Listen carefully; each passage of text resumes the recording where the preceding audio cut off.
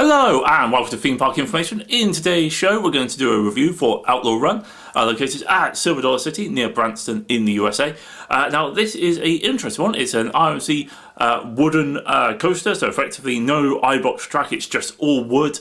And I'm going to be honest, first two rides on this thing I absolutely loved. I was like, oh yeah, it's not absolutely phenomenal, but it's extremely good fun. The drop's amazing, there's solid good airtime throughout the layout, the inversions are good fun. It's a bit rickety, it's a bit rough and ready, but it's extremely enjoyable. The third ride me and my friend went on this, we hit a tremendous pothole at the bottom of that first drop.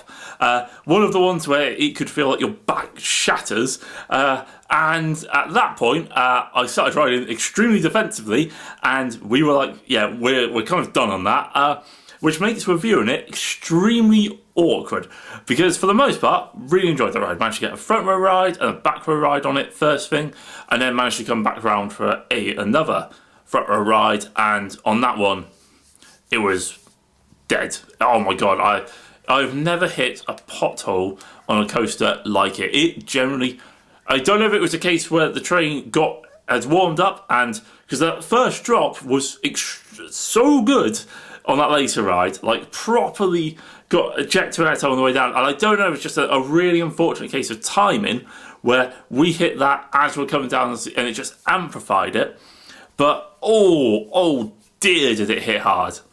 I'd say the rest of the ride wasn't too bad, but that was just a nightmare sort of scenario. And I say the ride is also extremely difficult to take pictures of. Thankfully managed to get a POV of it, but if not for the POV you would just be seeing the same like 4 images.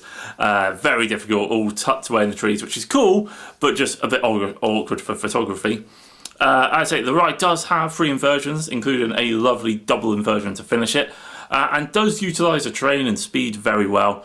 Has good trains, decent operations. It was a really quiet day, so managed to not have to wait for it.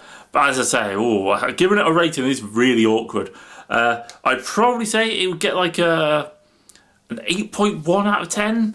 Yeah, don't forget to like, comment and subscribe. Please leave your thoughts down below if you've had any sort of issues with Outlaw Run and stuff like that. Much appreciated, and I'll catch you guys on the next one.